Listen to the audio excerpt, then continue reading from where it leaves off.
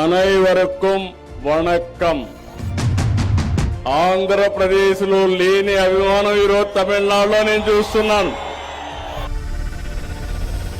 ఒకప్పుడు తమిళనాడు చూస్తే అన్నిట్లో ముందుంది, ఇప్పుడు తమిళనాడు చూస్తే అన్నిట్లో వెనకానుంది. Law and order if you see 59% crime on women has increased, scheduled caste 39%. ఇప్పుడు బెంగళూరుకి, హైదరాబాద్కి, చెన్నై పోటీ పడే పరిస్థితిలో ఉందా తమ్ముళ్ళు అని మిమ్మల్ని అడుగుతున్నా. హే గైస్, ఎలా ఉన్నారు? రీసెంట్గా మన ఏపీ సీఎం నారా చంద్రబాబు నాయుడు గారు ఎన్డీఏ కూటమి తరపున ఎలక్షన్ క్యాంపెయిన్ చేయడానికి తమిళనాడు వెళ్ళారు. ఒక స్టేట్ సీఎం వేరే స్టేట్కి ఎలక్షన్ క్యాంపెయిన్కి వెళ్ళారంటే అక్కడ ఎలక్షన్ హీట్ ఏ రేంజ్లో ఉందో మనం అర్థం చేసుకోవచ్చు. అయితే సిబిఎన్ గారు కొన్ని పెద్ద పెద్ద క్లెయిమ్స్ చేశారనమాట. బేసిక్గా తమిళనాడు గవర్నమెంట్కి రిపోర్ట్ కార్డు ఇవ్వడానికి వెళ్ళారనమాట. బట్ మన పెద్దవాళ్ళు ఒక మాట అంటూ ఉంటారు, ఎదుటి వారిలో లోపాలు ఎత్తి చూపే ముందు ఆ లోపాలు మనలో లేకుండా చూసుకోవాలి. మనలో ఆ లోపాలు పెట్టుకుని వేరే వాళ్ళల్లో ఆ లోపాలని పాయింట్అవుట్ చేయటం అనేది కరెక్ట్ కాదు. సో ఈ రోజు వీడియోలో మనం సిబిఎన్ గారి క్లెయిమ్స్ని point by point, data by data verify చేద్దాం. మొత్తం స్టాట్స్తో విత్ ప్రూఫ్స్ చెప్తాను, గాల్లో మాటలు చెప్పను. ఇది ఎవరిని టార్గెట్ చేసే వీడియో కాదు, ఇది జస్ట్ ఒక రియాలిటీ చెక్ మాత్రమే. సో పార్టీస్తో సంబంధం లేకుండా ఓపెన్ మైండ్తో చూడండి. ముందు మనం మోస్ట్ ఇంపార్టెంట్ థింగ్తో స్టార్ట్ చేద్దాం, అదే ఎకానమీ. కానీ తమిళనాడులో ఏమైందని అడుగుతున్నా. ఒకప్పుడు తమిళనాడు చూస్తే అన్నిట్లో ముందుంది, ఇప్పుడు తమిళనాడు చూస్తే అన్నిట్లో వెనకానుంది. ఒకప్పుడు తమిళనాడు అన్నిట్లో ముందుంది, కానీ ఇప్పుడు అన్నిట్లో వెనకాల ఉంది అని సిబిఎన్ గారు చెప్తున్నారు. బట్ అఫీషియల్ డేటా ఏం చెప్తుందో చూద్దాం. Reserve bank of India's hand book of statistics 2024-25 ప్రకారం, ఇది డిఎంకే డేటా కాదు, స్టాలిన్ డేటా కాదు, ఇది ఆర్బీఐ అఫీషియల్ డేటా. దాని ప్రకారం తమిళనాడు జిఎస్డిపి జస్ట్ 5 ఇయర్స్లో 39% పెరిగింది. 39% గ్రోత్ అంటే ఇండియాలో సెకండ్ ప్లేస్. అదే మన ఆంధ్రప్రదేశ్ జీడిపి గ్రోత్ రేట్ అయితే 33%. సో తమిళనాడు కంటే ఏపీ 6% వెనక ఉంది. అంతేకాదు ఫైనాన్షియల్ ఇయర్ 2024-25లోనే 11.12% జిఎస్డిపి గ్రోత్ రేట్ని రికార్డ్ చేసింది Tamil Nadu. Double digit growth in just 1 year. ఇండియాలో అన్ని స్టేట్స్ కంటే ఎక్కువ. జస్ట్ కంపారిజన్ కోసం చెప్పాలంటే AP 8.21%, Telangana 8%, Karnataka 7.32%. Financial year 2025-26కి Tamil Nadu GSDP 31.19 lakh crores. Single ఇయర్లో 16% గ్రోత్. ఇండియాలో ఫాస్టెస్ట్ గ్రోయింగ్ ఎకానమీ. ఇండియాలోని richest state Tamil Nadu. By the way, Pakistan, New Zealand countries GDP కంటే తమిళనాడు జిఎస్డిపి ఎక్కువ. ఇండియాలో స్టేట్కి వేరే కంట్రీస్ కంటే ఎక్కువ జీడిపి ఉందంటే you can imagine. Financial year 2025-26 Andhra Pradesh GSDP projected to be 18.3 lakh crore. అంటే తమిళనాడు కంటే 12.89 lakh crores తక్కువ. తమిళనాడు సెకండ్ ప్లేస్లో ఉంటే ఆంధ్రప్రదేశ్ 8th ప్లేస్లో ఉంది. ఇండియా పాపులేషన్లో తమిళనాడు పాపులేషన్ జస్ట్ 6% మాత్రమే. కానీ ఎంటైర్ ఇండియా జీడిపిలో తమిళనాడు 9.21% కాంట్రిబ్యూట్ చేస్తుంది. ఇప్పుడు పర్ క్యాపిటల్ ఇన్కమ్ గురించి కూడా చూద్దాం. ఫైనాన్షియల్ ఇయర్ 2024-25కి Tamil Nadu per capital income 3.62 lakhs. ఇది నేషనల్ యావరేజ్ 2.05 lakhs కంటే 1.77 times ఎక్కువ. అదే ఆంధ్రప్రదేశ్ది చూసుకుంటే 2.98 lakhs. అంటే తమిళనాడుతో కంపేర్ చేస్తే మన పర్ క్యాపిటల్ ఇన్కమ్ కూడా తక్కువే. సో ఈ స్టాట్స్ అని చూస్తే మీకు ఏం అర్థమైంది?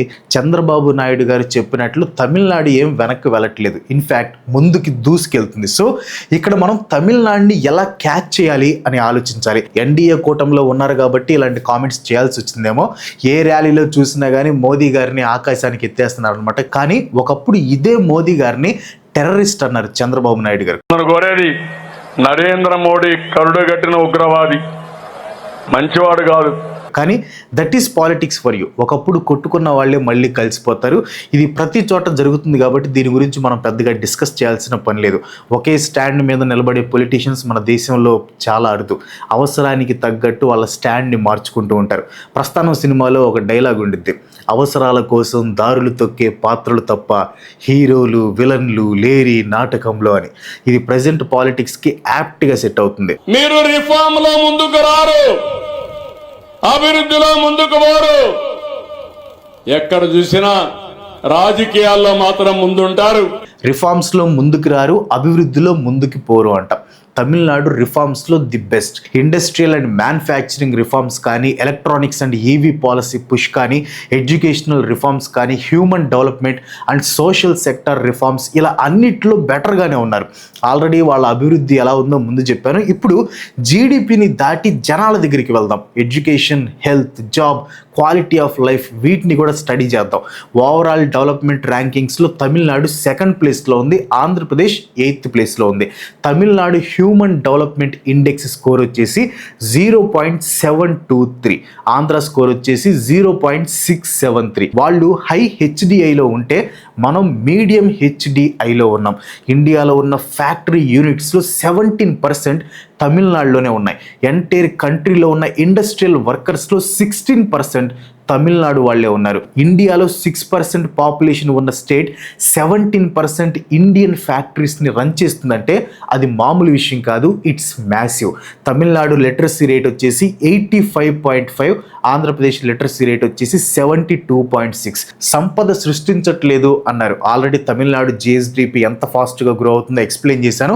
సంపద సృష్టించకపోతే అంత ఫాస్ట్గా ఎలా గ్రో అవుతుంది? సెప్టెంబర్ 2025లోనే 24,307 కోట్ల విలువైన 92 MOUs మీద సైన్ చేసింది తమిళనాడు. అది కూడా జస్ట్ ఒక ఇన్వెస్ట్మెంట్ కాన్క్లేవ్లో. దగ్గరగా 50,000 న్యూ జాబ్స్ క్రియేట్ అవుతాయి. 2024లో జరిగిన గ్లోబల్ ఇన్వెస్టర్స్ మీట్లో 6 lakh crore ఇన్వెస్ట్మెంట్స్ని అట్రాక్ట్ చేశారు. తమిళనాడు 2025-26 బడ్జెట్లో 45,000 కోట్లు విలువైన 50+ ఇన్ఫ్రాస్ట్రక్చర్ ప్రాజెక్ట్స్ పైప్ లైన్లో ఉన్నాయి. సో రీఫార్మ్స్ లేవు, డెవలప్మెంట్లో వెనకబడ్డారు, సంపద సృష్టించట్లేదు అనే comments not valid according to data. ఇప్పుడు బెంగళూరుకి, హైదరాబాద్కి, చెన్నై పోటీ పడే పరిస్థితిలో ఉందా తమ్ముళ్ళు అని మిమ్మల్ని అడుగుతున్నా. ఎవరు కారణం అని అడుగుతున్నా. సో బెంగళూరు అండ్ హైదరాబాద్తో చెన్నై పోటీ పడట్లేదు అనేది సిబిఎన్ గారి క్లెయిమ్ అనమాట. నేను ఇంతకుముందు తమిళనాడు మీద ఒక వీడియో చేశాను. తమిళనాడు అంత రిచ్ స్టేట్ కావడానికి మెయిన్ కారణం ఏంటంటే వాళ్ళు డెవలప్మెంట్ని ఓన్లీ చెన్నైకే పరిమితం చేయకుండా స్టేట్ మొత్తం స్ప్రెడ్ చేశారు. అంటే డైవర్సిఫై చేశారనమాట. ఒక్కో దగ్గర ఒక్కో ఇండస్ట్రీని డెవలప్ చేశారు. మీరు ఆ వీడియో చూస్తే దీని గురించి మీకు ఇంకా డీప్గా తెలుస్తుంది. మీరు హైదరాబాద్ని తీసుకుంటే డెవలప్మెంట్ అంతా మేజర్గా అక్కడే కాన్సన్ట్రేట్ అయి ఉంటుంది. ఇప్పుడు మీరు బెంగళూరుని తీసుకుంటే దాన్ని సిలికాన్ వ్యాలీ ఆఫ్ ఇండియా అంటారు. హైదరాబాద్ వచ్చేసి fastest growing tech hub. But మీరు చెన్నైని తీసుకుంటే దాంట్లో ఇండస్ట్రియల్ డెప్త్ ఎక్కువగా ఉంటుంది. చెన్నైని India's auto and manufacturing power house అంటారు. ఎలక్ట్రానిక్స్, హార్డ్వేర్, పోర్ట్స్, లాజిస్టిక్స్లో చెన్నై చాలా strong. 17% of India's factory units తమిళనాడులోనే ఉన్నాయి. బెంగళూరు, హైదరాబాద్ దగ్గరలో కూడా లేవు. ట్రేడ్కి పోర్ట్ అడ్వాంటేజ్ కూడా ఉంది. మీరు ఓన్లీ ఐటీ ఇండస్ట్రీని కన్సిడర్ చేస్తే చెన్నై, బెంగళూరు, హైదరాబాద్ కంటే కొంచెం వెనకబడి ఉండొచ్చు. బట్ డెవలప్మెంట్ అంటే ఓన్లీ ఐటీ కాదు కదా. సిబిఎన్ గారికి ఐటీ మీద ఎక్కువ ఇంట్రెస్ట్ కాబట్టి అలా అనిపించి ఉండొచ్చు. బట్ డెవలప్మెంట్ అన్ని ఇండస్ట్రీస్ని కన్సిడర్ చేయాలి. బెంగళూరు జీడిపి వచ్చేసి $300 to $360 billion ఉంటుంది. చెన్నై జీడిపి వచ్చేసి $200 to $220 billion. హైదరాబాద్ జీడిపి వచ్చేసి $200 billion. సో ఏ రకంగా చెన్నై, బెంగళూరు అండ్ హైదరాబాద్తో పోటీ పడే పరిస్థితి లేదు. ఏ డేటాని బేస్ చేసుకుని చెప్పారు? బెంగళూరు అంటే IT, startups, research and development. Hyderabad అంటే ఐటీ అండ్ ఫార్మా. చెన్నై అంటే ఆటో, మ్యానుఫ్యాక్చరింగ్ అండ్ ఐటీ. దేని ఇంపార్టెన్స్ దానికి ఉంది. అండ్ మూడు కూడా బాగా పర్ఫామ్ చేస్తున్నాయి. తమిళనాడు జిఎస్డిపిలో మేజర్ కాంట్రిబ్యూషన్ చెన్నైదే. సరైన క్యాపిటల్ లేని మనం వేరే స్టేట్కి వెళ్ళి బాగా డెవలప్ అయిన వాళ్ళ క్యాపిటల్ని క్రిటిసైజ్ చేస్తే ఎలా ఉంటుంది? ఇప్పుడు నాకు ఇల్లు లేదు, మీరు పెద్ద బిల్డింగ్ కడుతున్నారు. నేను మీ దగ్గరికి వచ్చి ఏంటి బ్రో ఆ బిల్డింగ్ అలా కడుతున్నారు, ఆ డిజైన్ ఏంటి, మీకు సరిగ్గా కట్టట్లేదు, ఇంకా ఇంప్రూవ్ అవ్వాలి అంటే మీరేమంటారు? ముందు నువ్వు బిల్డింగ్ కట్టి ఆ తర్వాత మాట్లాడరా అంటారు. అవునా కదా? ప్రజలపైన అప్పులు బారు వేయడం తప్ప ఇప్పుడే ప్రభుత్వం ఏమీ చేయలేకపోయారు. గ్రాఫ్ పూర్తిగా పడిపోతా ఉంది. నెక్స్ట్ తమిళనాడు అప్పుల గురించి మాట్లాడారు. ఆంధ్ర అప్పుల గురించి నేను సపరేట్గా చెప్పాల్సిన పని లేదు. తోడ బౌలింగ్తో వివాద్ హో జాతా. లక్షల కోట్ల అప్పుల గురించి వదిలే కానీ ఫిజికల్ డెఫిసిట్ చూస్తే మీకు క్లియర్ పిక్చర్ అర్థం అవుతుంది. ఫిజికల్ డెఫిసిట్ అంటే మనకు వచ్చే ఆదాయం మైనస్ మనం పెట్టే ఖర్చు అనమాట. ఇప్పుడు నా ఆదాయం 10 లక్షలు, బట్ నేను నా ఖర్చు వచ్చేసి ఒక 13 లక్షలు అనుకోండి. ఈ ఎక్స్ట్రా 3 లక్షలు ఉంది కదా, దాన్ని ఫిజికల్ డెఫిసిట్ అంటారు అనమాట. 2025-26 బడ్జెట్ ఎస్టిమేట్స్ ప్రకారం తమిళనాడు ఫిజికల్ డెఫిసిట్ వచ్చేసి 1,06,968 కోట్లు.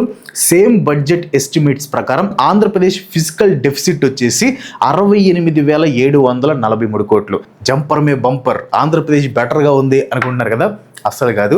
తమిళనాడు ఫిజికల్ డెఫిసిట్ వాళ్ళ జిఎస్డిపిలో 3% మాత్రమే, బట్ ఆంధ్రప్రదేశ్ది 4.2%, అది 5% దాటుతుందని సిఏజీ రిపోర్ట్ చెప్తుంది.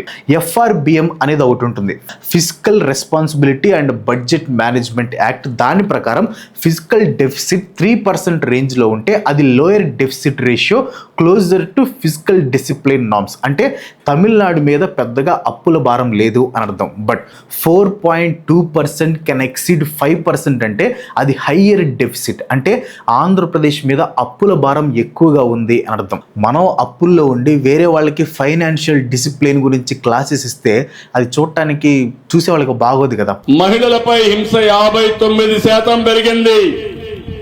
ఎస్సీలపై 39% దాడులు పెరిగాయి. చంద్రబాబు నాయుడు గారు రేస్ చేసిన ఇంకో పాయింట్ ఏంటంటే, డిఎంకే వచ్చాక ఆడవాళ్ళ మీద క్రైమ్ రేట్ 59% పెరిగితే షెడ్యూల్ క్యాస్ట్లో వాళ్ళ మీద క్రైమ్స్ వచ్చేసి 39% ఇంక్రీజ్ అయ్యాయి. ఉమెన్కి అగెనెస్ట్గా 1% క్రైమ్ ఇంక్రీజ్ అయినా సరే అది యాక్సెప్టబుల్ కాదు. అండ్ చంద్రబాబు నాయుడు గారు చెప్పినట్లు తమిళనాడులో ఉమెన్కి అగెనెస్ట్గా 59% కాదు 50% క్రైమ్స్ పెరిగే, పెద్ద తేడా ఏం లేదనుకోండి. కానీ పెరుగుతున్న కేసెస్ని కంట్రోల్ చేయడానికి తమిళనాడు గవర్నమెంట్ చాలా డెడికేషన్ చూపిస్తుంది. Women police stations, Nirbhaya centres, SC ST help డెస్క్లతో పాటు యాప్స్ని కూడా లాంచ్ చేస్తుంది. సో ఇక్కడ ఏం జరుగుతుందంటే, పెరుగుతున్న కేసెస్ని హ్యాండిల్ చేయడానికి తమిళనాడు గవర్నమెంట్ బాగా ప్రయత్నం చేస్తుంది. Coming to Andhra Pradesh, NCRB data ప్రకారం చూసుకుంటే తమిళనాడుతో కంపేర్ చేస్తే ఆంధ్రప్రదేశ్లో ఉమెన్కి అగెనిస్ట్గా కేసెస్ చాలా ఎక్కువగా జరిగాయి. అఫ్కోర్స్ నేను ఏ పార్టీకి సపోర్ట్ చేయట్లేదు, అండ్ ఉన్న ఫ్యాక్ట్స్ అండ్ నెంబర్స్ని మీ ముందు పెడుతున్నా కాబట్టి ఒక విషయం క్లారిఫై చేయాలి. ఆంధ్రప్రదేశ్ క్రైమ్స్కి సంబంధించి నేను ఇందాక చూపించిన ఎన్సీఆర్బి డేటా అనేది 2023లోది, అంటే అది వైసీపీ అండర్లో గ్యాదర్ చేసిన డేటా అనమాట. లేటెస్ట్ ఎన్సీఆర్బి రిపోర్ట్ అయితే ఇంకా మనకి అందుబాటులో లేదు. సో తమిళనాడుతో కంపేర్ చేస్తే అది చాలా ఎక్కువ ఉంది. బట్ ఇక్కడ గమనించాల్సిన విషయం ఏంటంటే, తమిళనాడు తీసుకుంటున్నట్టు మనం ఇక్కడ మెజర్స్ తీసుకుంటున్నామా? ఉమెన్స్కి అగెనిస్ట్గా, ఎస్సీ ఎస్టీకి అగెనిస్ట్గా క్రైమ్స్ జరగట్లేదా?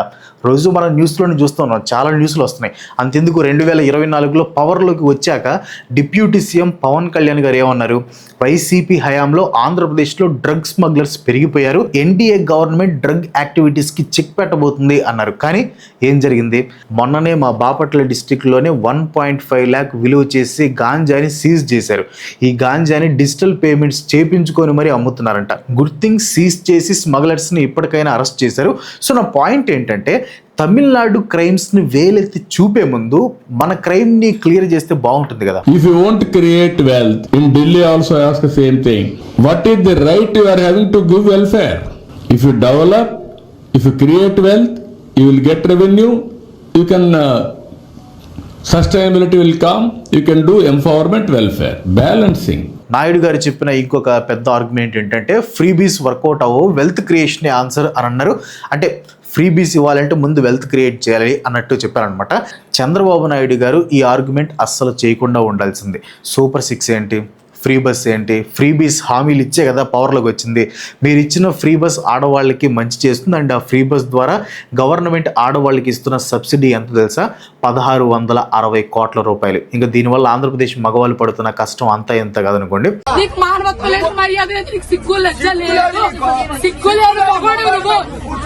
సరే, అది వేరే విషయం, దాన్ని పక్కన పెడతాం. సో ఫ్రీబీస్ ఇవ్వటం ఇక్కడ జరుగుతున్నప్పుడు అక్కడ జరిగే దాన్ని తప్పు అనటం ఎంతవరకు కరెక్ట్? అండ్ ఫ్రీబీస్ అదే వెల్ఫేర్ స్కీమ్స్కి తమిళనాడు పాలిటిక్స్ చాలా ఫేమస్ అనమాట. కరుణానిధి, జయలలిత గారు ఎన్ని స్కీమ్స్ని తీసుకుని వచ్చారు. ఇన్ఫ్యాక్ట్ సిబిఎన్ గారు సపోర్ట్ చేస్తున్న ఎన్డీఏ అక్కడ ప్రెసిడెంట్ ఎలక్షన్స్లో ఫ్రీబీస్ ఏమి ఇవ్వట్లేదా? ఇన్ఫ్యాక్ట్ మనకంటే ముందే వాళ్ళు ఫ్రీ బస్ ఫర్ ఉమెన్ని లాంచ్ చేశారు. అంతేకాదు ఫ్రీ ఎడ్యుకేషన్ అండ్ వాళ్ళ పబ్లిక్ హెల్త్ ఇన్ఫ్రాస్ట్రక్చర్ ఇండియాలోనే వన్ ఆఫ్ ది బెస్ట్గా ఉంది. అండ్ ఇన్ని వెల్ఫేర్ స్కీమ్స్ ఇస్తున్నా కూడా తమిళనాడు జిఎస్డిపి గ్రోత్ అనేది టాప్లో ఉంది. ఇందాక చెప్పాను, ఫైనాన్షియల్ ఇయర్ 2024-25లో 11.19% జిఎస్డిపితో ఇండియాలో అన్ని స్టేట్స్ని వెనక్కి నెట్టేసింది తమిళనాడు. సో వెల్ఫేర్ అనేది గ్రోత్కి అడ్డం పడదు అని తమిళనాడు ప్రూవ్ చేసింది. ఇన్ఫ్యాక్ట్ లాస్ట్ టైం తమ ఎలక్షన్ క్యాంపెయిన్లో చేసిన 505 ప్రామిసెస్లో డిఎంకే గవర్నమెంట్ 75% డెలివరీ చేస్తుంది. టీడీపీ గవర్నమెంట్ టెన్యూర్ ఇంకా ఉంది కాబట్టి వాళ్ళు చేసిన ప్రామిసెస్ మీద కామెంట్ చేయలేము.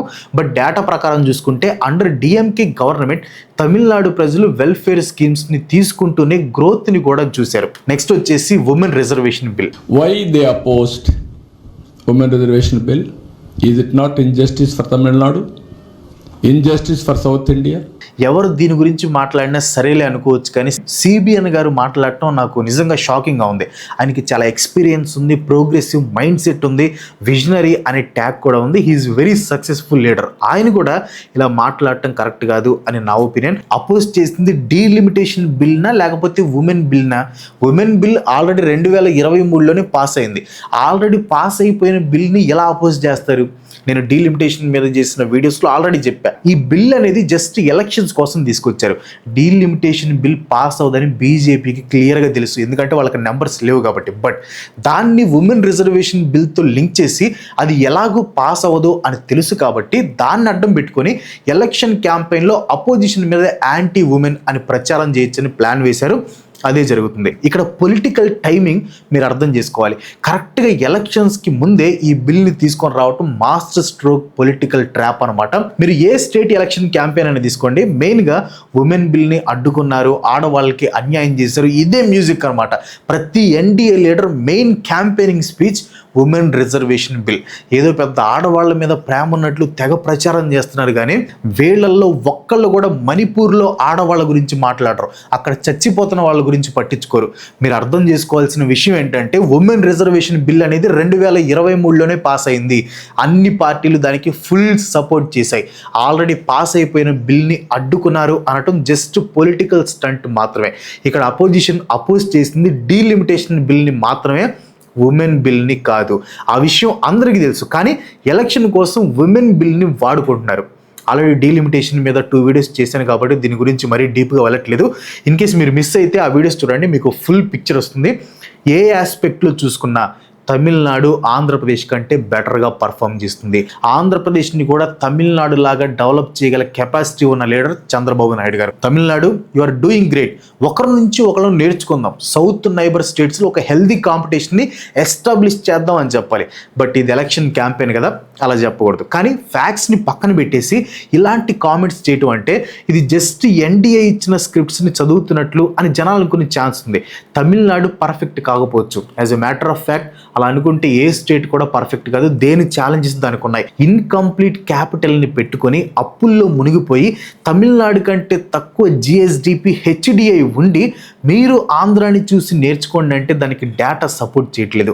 గట్టిగా చెప్పాలంటే మనం తమిళనాడుని ఇన్స్పిరేషన్గా తీసుకొని వాళ్ళని ఫాలో అయ్యి మనం కూడా అలా డెవలప్ అవ్వాలి. కొంతమందికి తమిళనాడు గురించి పాజిటివ్గా చెప్తే నచ్చకపోవచ్చు, నిజాలు ఎప్పుడు చేదుగానే ఉంటాయి. నేను ఏది కల్పించి చెప్పట్లేదు, మొత్తం ప్రూఫ్స్తో సహా డేటాతో సహా చూపించాను. తర్వాత నమ్మాలా నమ్మొద్దు అనేది తర్వాత మీ ఇష్టం. సో ఇక్కడ నా హోల్ పాయింట్ ఏంటంటే తమిళనాడు ఆంధ్రప్రదేశ్ కంటే బెటర్గా ఉంది. సో అలాంటిది మనం అక్కడికి వెళ్ళి వాళ్ళని క్రిటిసైజ్ చేస్తే వాళ్ళు రివర్స్లో మనల్ని ట్రోల్ చేస్తారు. సో అదనమాట విషయం. దీని మీద మీ ఒపీనియన్ ఏంటో కింద కామెంట్లో పోస్ట్ చేయండి. బూతులు కామెంట్ చేయకుండా కొంచెం నేనేమైనా తప్పు మాట్లాడింటే కింద నన్ను సరి చేయొచ్చు. ప్రూఫ్స్ నేను కూడా తెలుసుకుంటాను. సో అదనమాట దీని మీద మీ ఒపీనియన్ ఏంటి కింద కామెంట్లో తప్పకుండా చెప్పండి, కింద డిబేట్ పెట్టండి, బట్ రెస్పెక్ట్ఫుల్గా ఉండండి. సో అది విషయం. ఇంకో మంచి సరితో మళ్ళీ కలుసుకుందాం. చాలా ఇంపార్టెంట్ వీడియో కాబట్టి కుదిరితే ఒక లైక్ కొట్టి మీ ఫ్రెండ్స్ అండ్ ఫ్యామిలీకి షేర్ చేయండి. ఇలాంటి వీడియోస్ చేయాలంటే మీ సపోర్ట్ తప్పకుండా ఉండాలి. సో సబ్స్క్రైబ్ చేయడానికి ట్రై చేయండి. ఇంకో మంచి సరితో మళ్ళీ కలుసుకుందాం. అంతవరకు సెలవు. Bye bye.